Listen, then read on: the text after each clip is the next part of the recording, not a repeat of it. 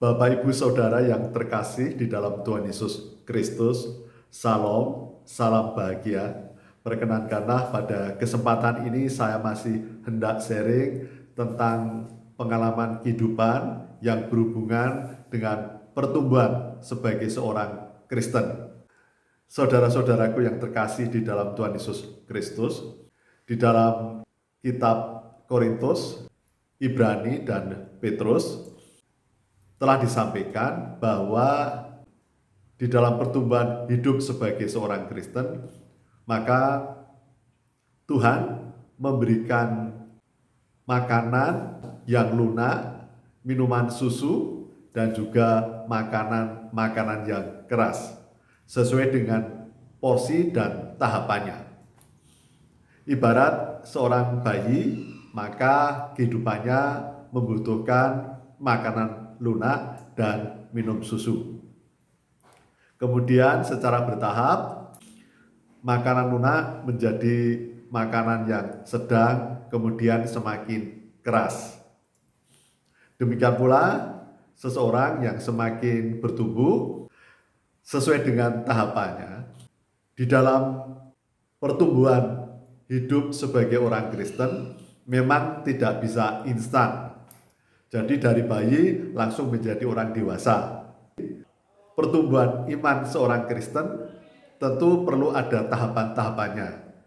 Seperti tahapan pertumbuhan seseorang dari bayi, balita, anak-anak, remaja, dewasa, dan kemudian orang tua.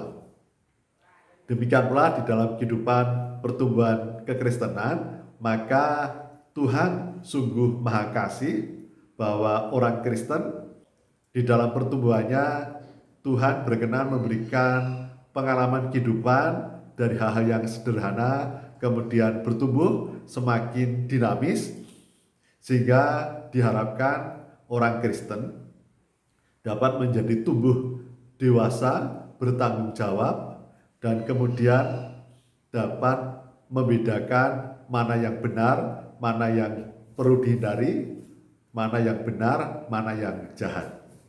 Jadi saudara-saudaraku, iman orang Kristen berarti tidak mandek. Seseorang Kristen tidak berpuas diri di dalam pertumbuhan kehidupan imannya. Orang Kristen tidak mandek, hanya ingin di dalam hidupnya selalu minum susu, selalu makanan lunak seperti bubur yang memang gampang dicerna. Itu sebagai simbol bahwa orang Kristen tidak boleh mandek, tidak boleh instan, tidak boleh manja, hanya senang dengan firman Tuhan yang menyenangkan perasaan saja, atau hidup yang sesuai dengan kesenangan-kesenangan semata. Jika demikian, maka seseorang Kristen tersebut hidup imannya tidak bertumbuh, tapi mandek, sehingga tidak menjadi bijak untuk dapat membedakan mana yang benar, mana yang tidak benar, untuk membedakan mana yang bermanfaat, baik benar, dan juga mana yang jahat. Sehingga ketika mendapatkan cobaan sedikit saja kemudian menjadi jatuh terpuruk. Tetapi Tuhan menginginkan bahwa orang Kristen semakin bertumbuh menjadi orang yang dewasa, bijak, matang, dan kuat imannya untuk terus dapat bertahan di dalam kehidupan sebagai orang Kristen, dapat menjadi berkat, dapat menjadi saksi demi kemuliaan nama Tuhan.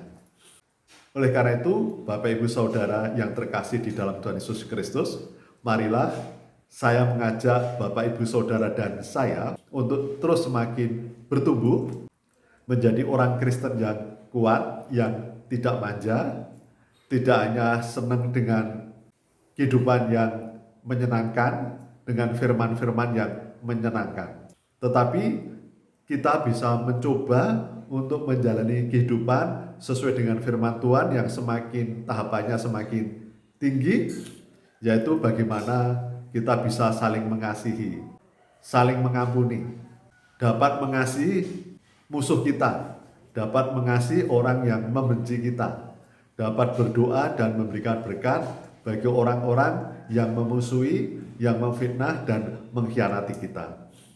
Itu memang tidak mudah, saya sendiri juga masih belajar. Oleh karena itu mengapa hari-hari ini saya mengajak Bapak Ibu dengan renungan yang agak lebih tegas lugas yang menuju hal yang keras, karena berdasarkan pengalaman hidup saya yang sudah tidak muda lagi ini, saya pernah tersesat, saya pernah hidup bukan dalam jalan Tuhan, dan saya pernah mengalami sakit penyakit, dirawat 8 dokter spesialis, hampir gila, hampir mati, hampir masuk neraka, sehingga saya bisa merasakan bagaimana rasa ketakutan saya ketika saya dipanggil Tuhan, mati dan kemudian masuk neraka. Dan oleh karena itu, berdasarkan pengalaman saya mengajak Bapak Ibu untuk hidup yang sungguh-sungguh, yang panas, bukan suam-suam kuku atau setengah-setengah, karena orang Kristen yang dipanggil banyak, tetapi yang dipilih sedikit dan itu masih dimurnikan. Jadi orang Kristen yang dipilih harus melalui jalan yang sempit, yang tidak mudah. Bukan jalan tol yang begitu banyak orang dapat melewatinya, tetapi jalan sempit yang perlu diperjuangkan. Karena keselamatan itu mahal, saudara-saudaraku. Darah salib Tuhan Yesus Kristus itu sungguh-sungguh mahal. Tuhan berkenan datang menjadi manusia, menderita, dihina, menderita, kemudian disalib, dan kemudian wafat, kemudian bangkit demi keselamatan kita. Maka janganlah kita sia-siakan atas pengorbanan Tuhan Yesus Kristus sehingga kita bisa diselamatkan. Caranya kita harus sungguh-sungguh hidup dalam jalan Tuhan, mau hidup dalam jalan yang sempit, jalan yang tidak mudah, jalan derita, namun hidup senantiasa dalam kebenaran walaupun kita menderita. Demikian yang dapat saya sampaikan. Salam, salam bahagia, Tuhan memberkati.